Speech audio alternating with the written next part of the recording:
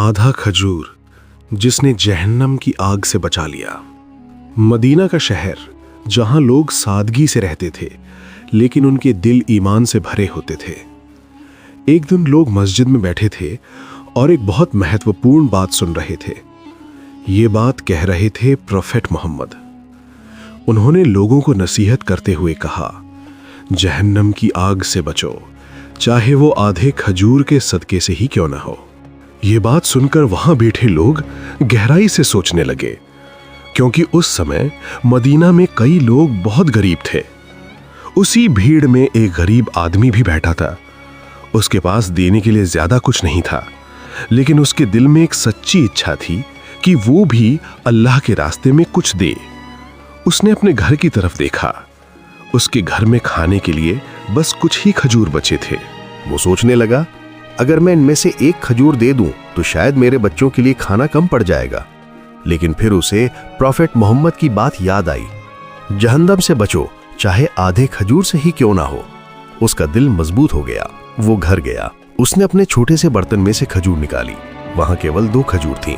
उसने एक खजूर उठाई और उसे 2 हिस्सों में तोड़ दिया। फिर उसने उसका आधा हिस्सा लिया और मस्जिद की तरफ चल पड़ा। जब वो मस्जिद पहुंचा तो वहां कई लोग सदका दे रहे थे।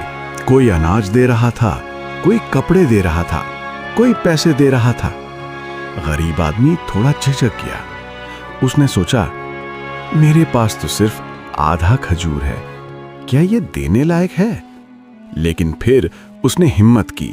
वो आगे बढ़ा और उसने वो आधा खजूर सदके में दे दिया। उस समय किसी ने उस पर ध्यान नहीं दिया, लेकिन अल्लाह के यहाँ उसकी कीमत बहुत बड़ी थी, क्योंकि वो आधा खजूर सच्चे दिल से दिया गया था। साल बीतते गए, लोग अपनी जिंदगी जीते रहे, लेकिन अल्लाह हर नेकी को याद रखता है।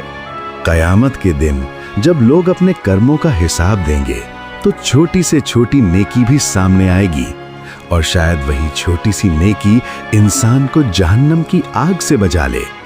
इसलिए याद रखिए, अगर आपके पास देने के लिए बहुत कुछ नहीं है तो भी निराश मत होइए, क्योंकि अल्लाह के यहाँ नीयत सबसे ज्यादा मायने रखती है।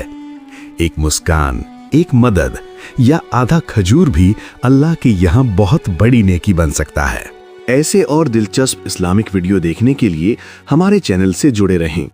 चैनल को सब्सक्राइब करना ना भूलें। अल्लाह हाफिज।